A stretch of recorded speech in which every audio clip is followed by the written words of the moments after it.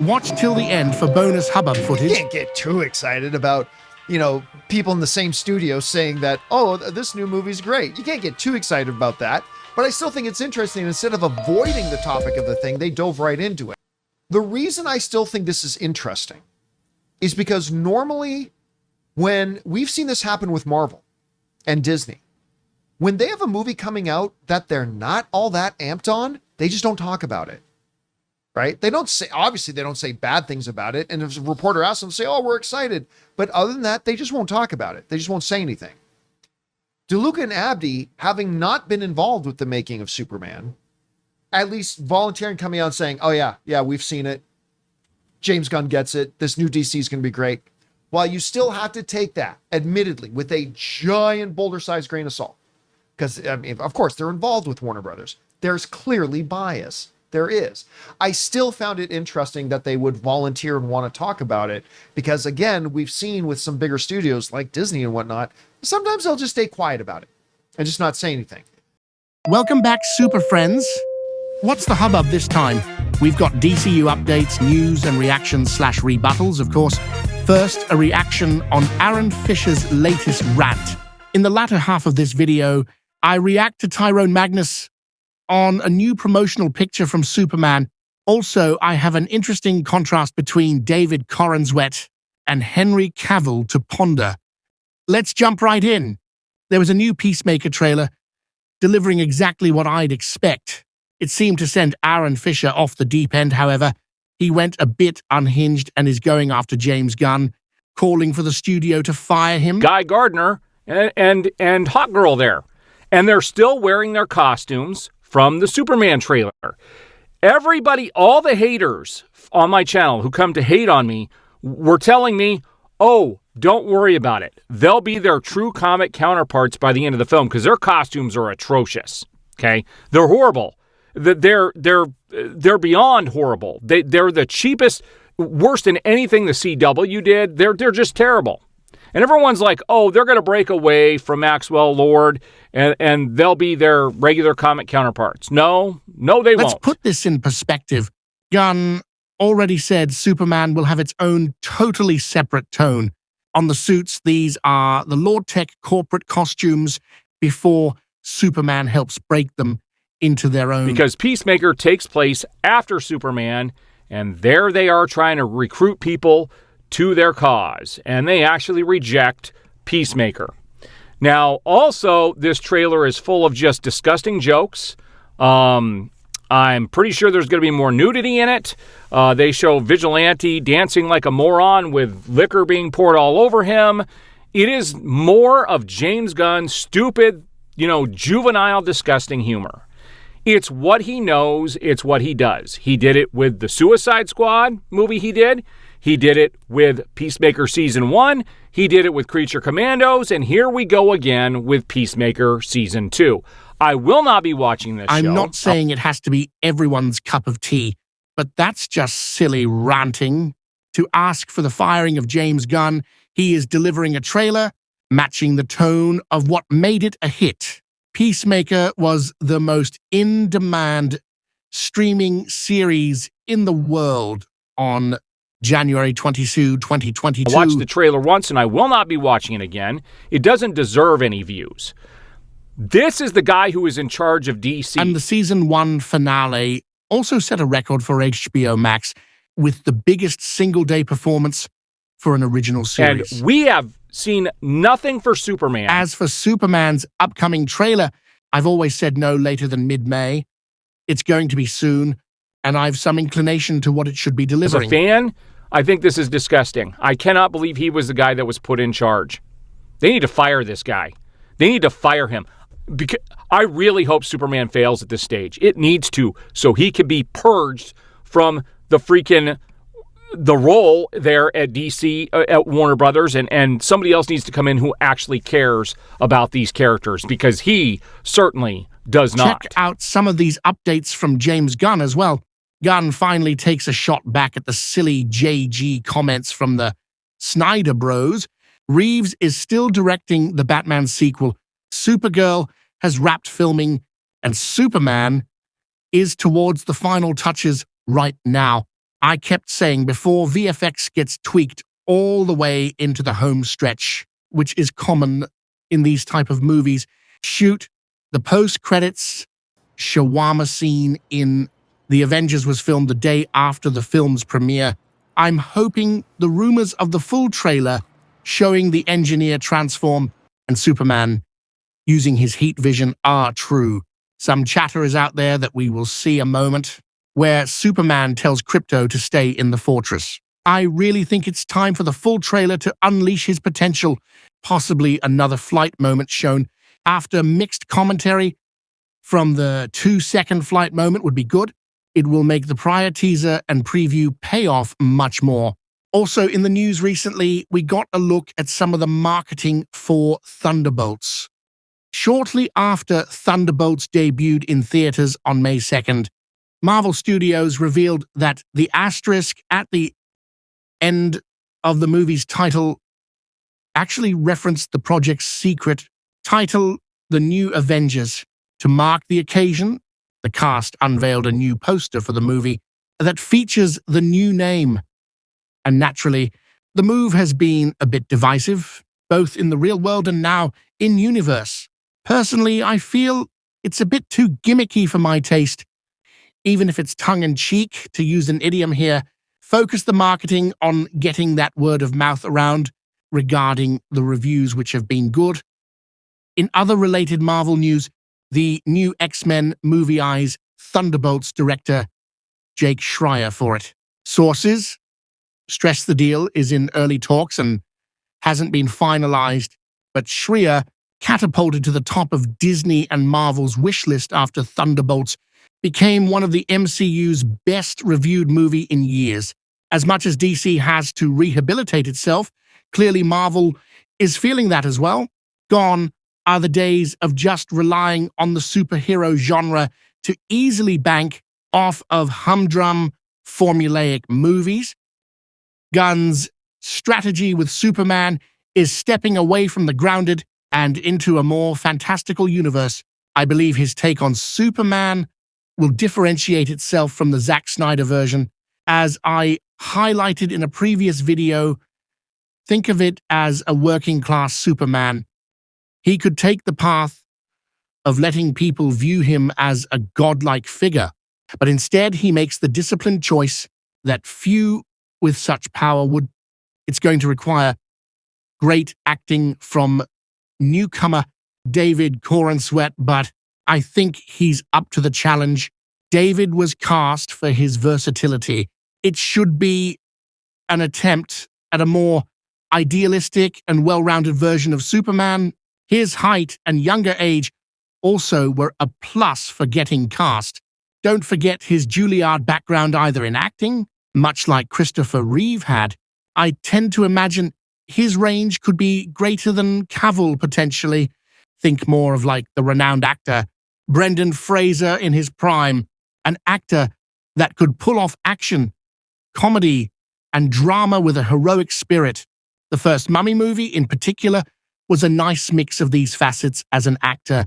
A lot of people were fans of the idea towards Fraser as Superman years ago for that reason. I know Brandon Routh is well-liked, but to be honest, he felt a bit wooden in some scenes with his level of experience. Unfortunately, Cavill didn't really get to stretch his acting in the Snyder movies. It was more of a stoic god like Superman, a bit of a one-note vibe. To me, for the Justice League, it almost felt like his scenes were, okay, roll out the weapon, Superman, and it's a shame we couldn't see if he had the chops to feel out the overall scope of the role more. His Clark I know you. wasn't distinguishable enough from Superman I don't think so. in his version. People ever tell you look like Superman? No, I've never heard that before. I am not saying he needed to be a clumsy, bumbling re-version of Clark. Like I said, Mr. Wayne, people in Gotham need to learn. You're Superman. Hey, will you take a picture with us? Get one for me and Soup. I gotta get this on the gram. Thanks. My wife's a big fan. What do they call it when, there's a celebrity that your wife would have sex with? You're that guy. Okay. Say cheese. Wait a minute. Put the phone back up for a second.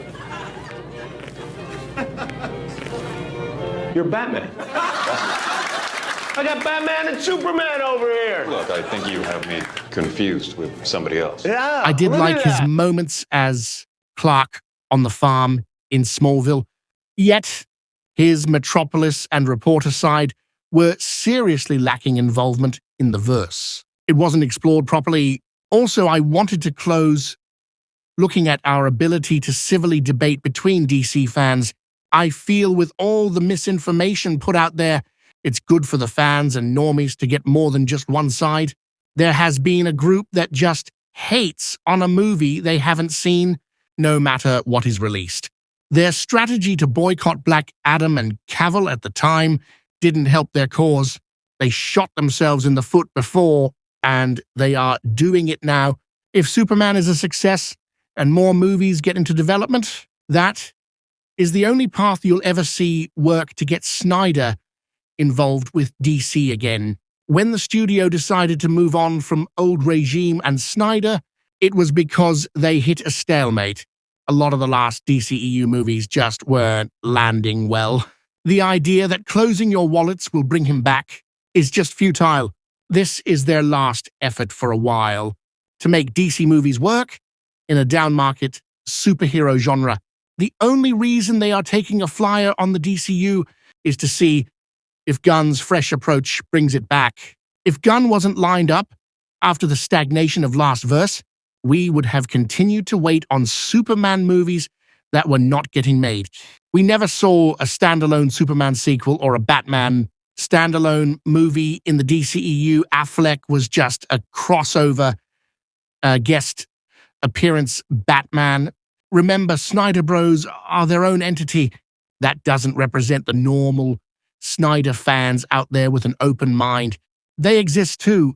I actually appreciate when there is a detractor side who gives more feedback than it sucks. Wallets closed. Commentary. A new picture of Superman in the Fortress was released. Tyrone Magnus felt it was Silver Age and is concerned comics don't always translate. Oh my, he does not look happy at all. See, he's got some computers in the background there, some machinery of sorts. The fortress actually looks good. Robot's fine, and this is the best one of the best ways I've ever seen him look. He did even concede the actual picture is good. The suit actually looks better than I'm used to seeing it at. And, you know, I've pretty much at this point have settled in. And I know what James Gunn is going for. He's going for this whole Silver Age stuff, which I think won't work in our modern age. At least, though, he delivered a point of view. Personally, the Fortress looks amazing to me because it looks from the comics. We just disagree. That is fine. Civil debate helps to iron out these differences. I think the suit looks better here.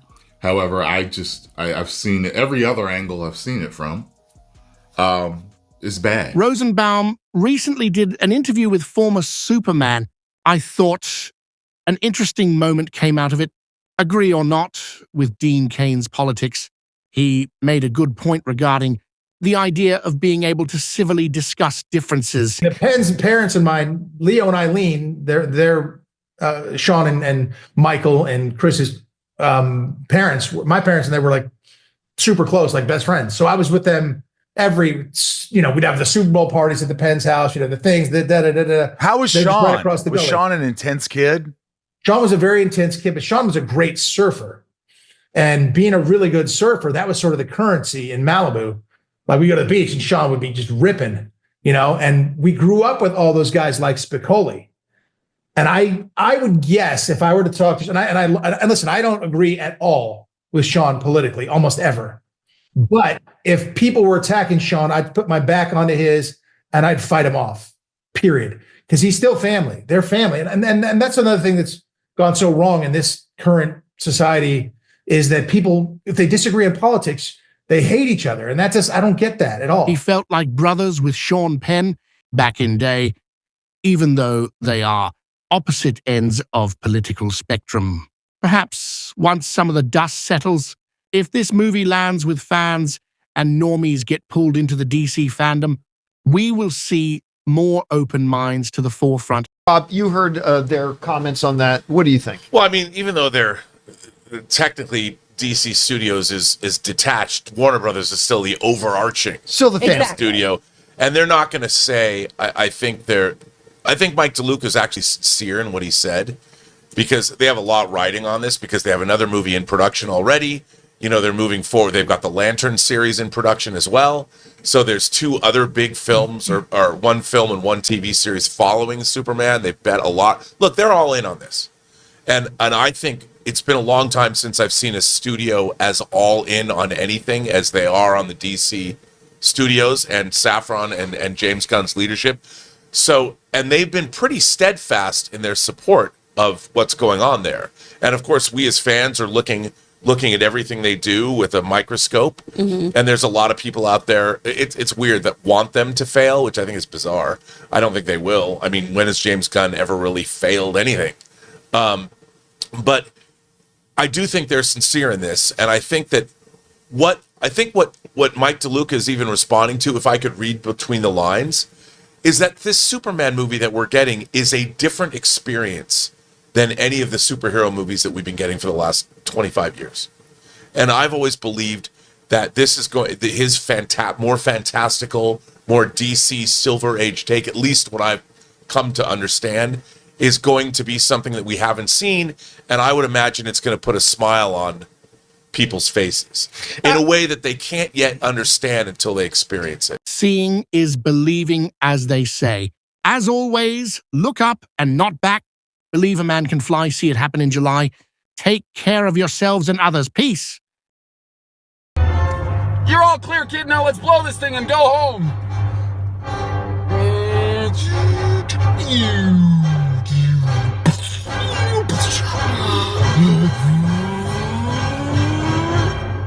Stand by. Stand by.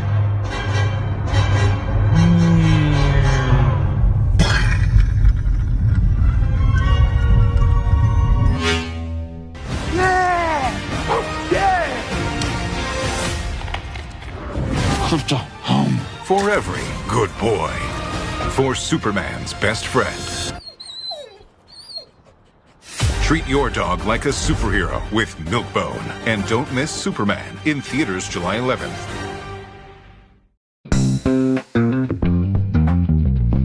I am C-3PO Human Cyber Relations.